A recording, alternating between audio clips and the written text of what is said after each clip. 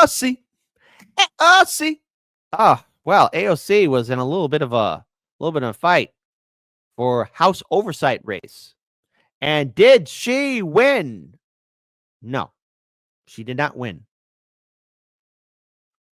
It was a no bueno. It was a no bueno win, okay? All right, I just gotta be very clear on this. This is what happened. This is what happened. Okay, AOC loses key vote in House Oversight race to Gerry Connolly. Okay, now who is Gerry Connolly? Well, somebody wrote this right here. The Democrats just picked this corpse over AOC. All of AOC's efforts to play inside baseball, to play nice with the establishment, has gone to waste. Well, somewhere out there, hold on, somewhere out there, I'm hearing Jimmy Dore laugh.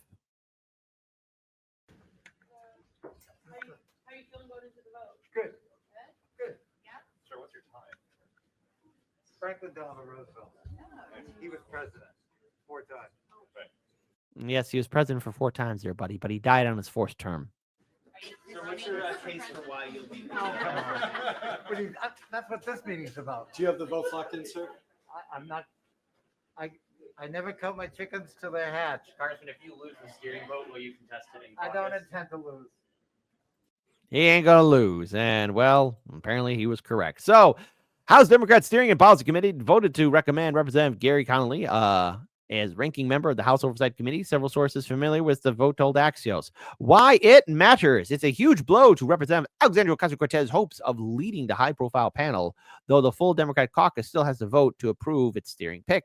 It's rare for the caucus to buck the suggestion of steering, which is closely aligned with Democratic leadership, but it has happened before. What we're hearing, Connolly defeated Alexandria Ocasio-Cortez 34-27 on Monday, according to multiple lawmakers present. Ocasio-Cortez said after the vote, she will continue to contest the role when it goes to a vote of the full caucus. All right. The battle between Ocasio-Cortez 35 and Connolly 74. You know what? Never mind. I'm not going to just raise my voice about that. Came as several committee ranking members have fallen to challenges from relatively younger colleagues. On Monday, Representative Angie Craig, 52, defeated 79-year-old Agricultural Committee ranking member David Scott, Great Scott, and Representative Jim Costa, 72, to lead the agricultural panel. My goodness. What they're saying, well, Representative Don Bayer, a Connolly ally, acknowledged Connolly's greater seniority likely played a role in his win, but argued it just wasn't that. Everyone sort of made the case that they would be the best help to change the message across the country. He's a very good communicator. One House Democrat aligned with Alexandria Ocasio-Cortez told Axios that steering is made up of the most senior members, making it not her most receptive venue. My goodness. Lawmakers said there's still a chance for the caucus to reject the steering's recommendation, with Bayer acknowledging that the vote is really just advisory. We're not the final decider. There you go. But AOC said she could win tomorrow, but I found this little tweet from Sabah Sayabs, good friend of the show. AOC is no longer backing congressional primary challengers to her colleagues. This comes after she lost the race for Oversight Committee leader. The hypocrisy is wild. Representative Alexandria Ocasio-Cortez privately signaled to Democrats that she might no longer back congressional primary challengers to her colleagues, according to 3 people familiar with her remarks. Wow. All right. Hey, listen. I mean, maybe instead of playing baseball with the Democratic establishment, listen to Mama Nancy Bear. Okay.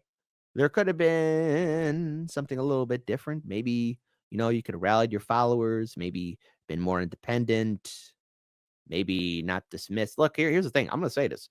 Maybe not dismiss TYT or all these other channels. Like maybe go back on them, maybe be engaging to their audience, take hard-hitting questions. Maybe go back on the Jimmy Dore show. Hey, AOC, maybe you should go on Joe Rogan's podcast. Maybe re-engage with people, okay? Because right now, this whole playing inside baseball with the Democrats has led you to a complete disaster. But anytime you got any kind of constructive criticism from progressives or independent media, we were quickly vilified, dismissed, removed, not acknowledged. This is a major gut check and huge blow to her ego, probably. And guess who was kind of working on the sidelines? Well, you might not have heard of her. First name, Nancy. Last name, Pelosi. I mean, ever since AOC's gotten in, it's been nothing but defeat, compromise, sellout, defeat, compromise, sellout, defeat, compromise, sellout, and more defeats and more selling out and compromising. Never getting what she wanted. What's the point of playing the game with the Democrats if you're going to constantly be losing like this? It's such an epic level. And people are surprised just how no one's trusting the Democrats anymore. I mean, you were told this. You were warned about this by so many people. I mean, does she have the great big support she once had in 2018? And let's be very clear. I remember a time when stadiums would be filled up to listen to AOC. Gone are those days. Gone are those days because I guess what? It's important to be pragmatic. If you want to be Nancy Pelosi 2.0, I'm gonna hate to tell this to you, but Nancy 1.0 can't fill up a stadium. Now, before anyone else makes any kind of funny remarks, I mean, this is the truth of it. You went for a big seat, playing the games. I mean, understand that the game is rigged against you. And maybe it's all part of her plan too, just to patiently wait until she can get more power. But, eventually constituents and voters are going to get tired. Now, we covered on this show too, where AOC was speaking to voters in her district and even requesting people to tell them why they voted for Trump and her. Okay. Your name still has relevance and power. I mean, let's be clear, it still does. But overall, I mean, people are seeing just how you're getting screwed over by the Democrats. Now, everyone's going to say, well, gee, kid, I mean, why are you covering this subject? It matters because I remember 2018. I remember the excitement and energy when AOC defeated Crowley. I mean, that was a huge upset. But then came the years of disappointment and anger. I think we are all rightfully angry, but now you're saying you're no longer going to be challenging. I mean, then what's the point? I mean, you came in as the progressive candidate to change things, but you can't change something that's inherently corrupt. There's a big old bear with the name Democrat engraved all on its backside. If the bear eats you, you can't change it from within. It's going to take a dump and crap you out.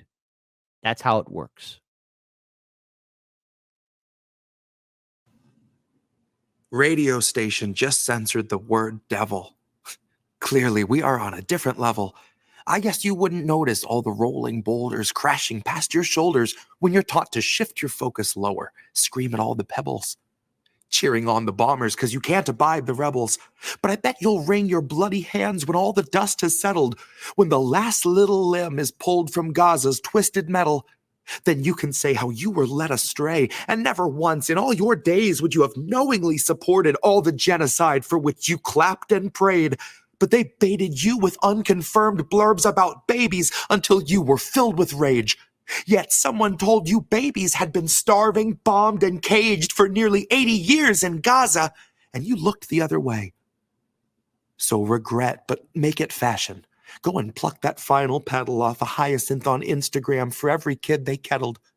Every son that Israel imprisoned when they're little, that they tortured for a decade, then surprised with their acquittal. And when they got released and saw their parents and whatever siblings hadn't met the missiles, they stared right through their middle. Their eyes don't seem to focus, and their words are all but dribble, like they're pondering the darkest riddle. That is, how many false flags does it take to make humanity inhuman and uncivil, distorted by the revel? The crooked slant where Israel contorts into America, Biden bathing Bibi in a bloodbath in the bevel. I opened up my feed and I saw children disassembled. Turned some music on and heard the station censor devil.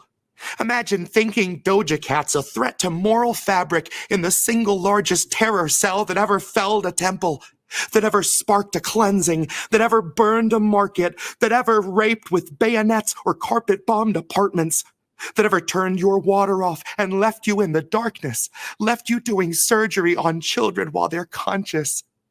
You sing the devil's praises every time you sing our anthem. You sing a hymn to him that watched us birth a million phantoms. You'll proudly wave his flag, and yet you will not name the devil?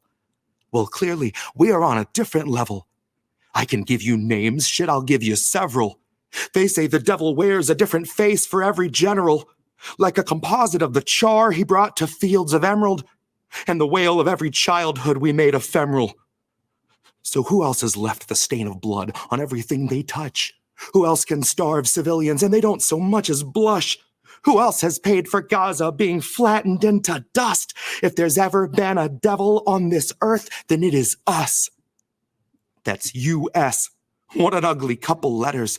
Feeding shit and ignorance to those it chose to tether. From the river to the sea, both are slowly growing redder. For the devil that you know just knows you better.